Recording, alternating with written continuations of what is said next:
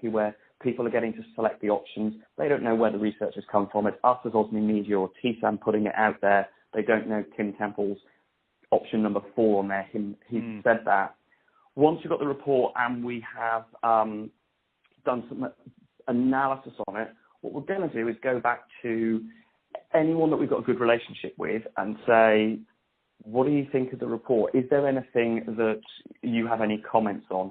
And then they'll probably then be split into 3 categories. There will be some people, I don't think there'll be many, I imagine there might be none, who will say, actually, my opinion on this particular result here is that it says X, Y, and Z, and they're happy to be quoted as Tim Temple. My suspicion is most people that we speak to will say, don't want to provide commentary.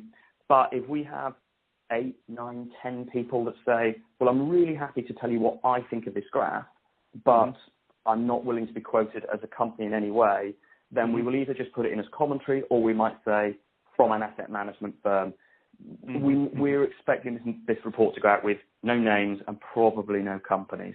And we're not going to do statistics around who we've spoken to either, other than we spoke to 100 firms and the broad split was companies with this size AUM, companies with that size AUM, because then it will, like you said at the start, it'll get down to the real issues because people don't have to worry about whether their job's on the line every time they speak to me.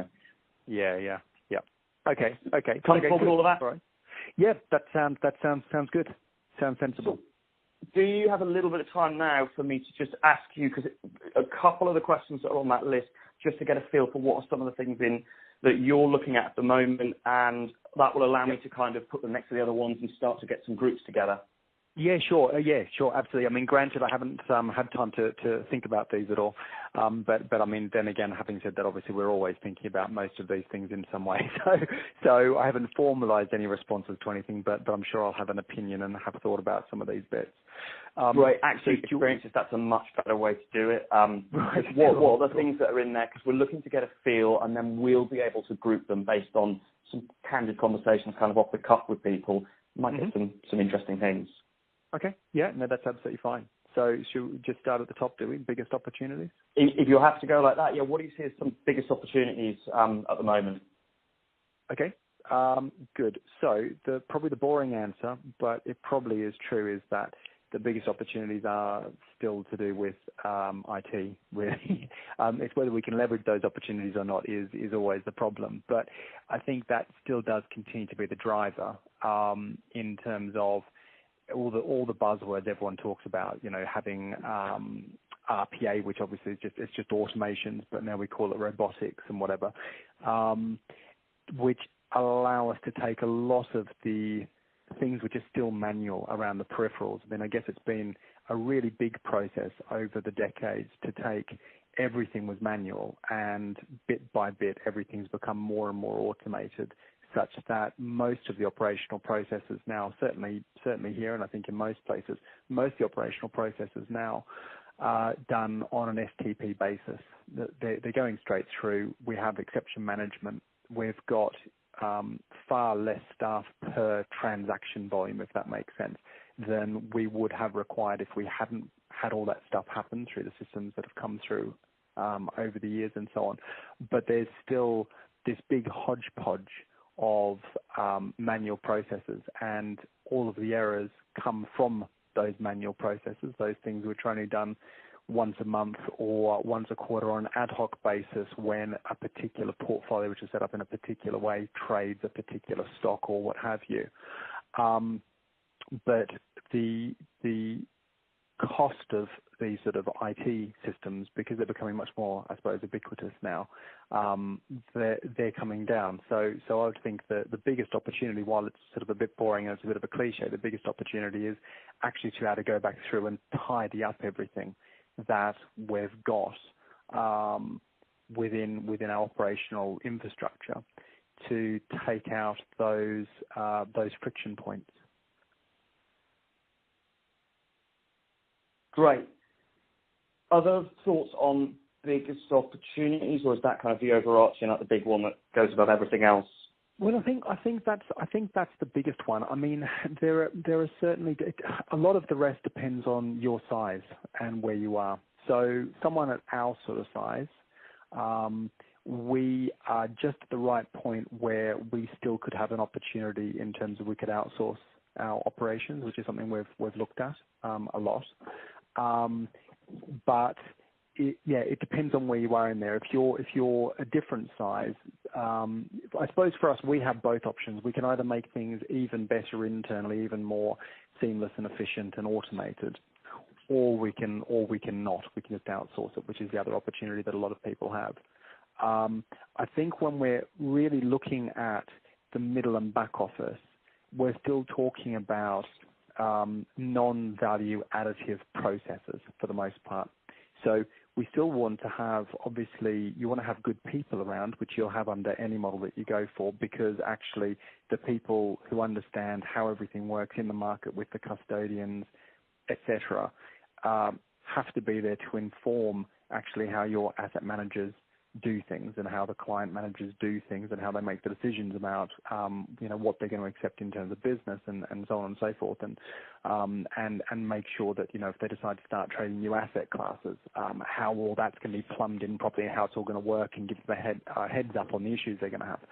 So you still need to have all that stuff, but all the rest of the day to day is non-value additive. It's really an opportunity where you can get things wrong and therefore lose money for clients, for the firm, or you can get it right, which means that no one ever sees it.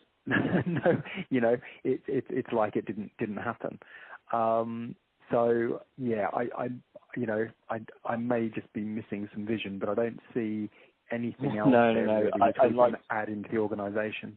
No, I like the description around of kind of, you're getting it wrong, you're losing the business money. If you're getting it right, no one sees it. It's a theme that's come up quite a few times about, not saying it's staff, but some people feel like, the stuff that's happening isn't getting the recognition. And for them, sometimes it's meaning that the investment isn't necessarily there. Yes. So, yeah, you're not alone in that. The impacts of the opportunity, so the big one that you've mentioned, obviously, around the IT and automation, you touched on keeping the headcount down per transaction. I don't know whether that answers impacts of the opportunity there, or whether you've got more meat on the bone around what it's enabling you to do. So no, I think that's really what it is. And as I say, it's this thing about that is actually, it's been a continuous process. So I don't know what your background or experience has been, but certainly I can remember. And it doesn't seem that long ago. I can remember when the dealing desk operated by the dealer would talk on the phone and then write some numbers on a scrap of paper, which someone else would then go and process, and they would do stuff with it, and they would put something into the system, and then there'd be a very manual confirmation process between some junior in the settlements team and an equal junior over at the broker. And they're both trying to check that what the dealer scribbled and what the broker scribbled on their respective bits of paper and got entered into the system have come out to the same thing, right? It was incredibly time intensive, and settlement can't see any way that would ever possibly go wrong. Yeah, exactly, yeah, and it caused all sorts of problems. Whereas now, most people are doing the dealing itself is done via fixed connectivity from an investment management system with all sorts of checks and balances built into it, so that it can't send the wrong order. It's agreed with the broker in milliseconds. Then that order goes off to something like Omgeo CTM, which will then automatically match it with the corresponding record from the broker instantaneously. And then that generates a file, or it goes into the system, and the system elsewhere generates a file which goes off to the custodian to tell it what it's going to be selling in a couple of days. So, no one has to touch it.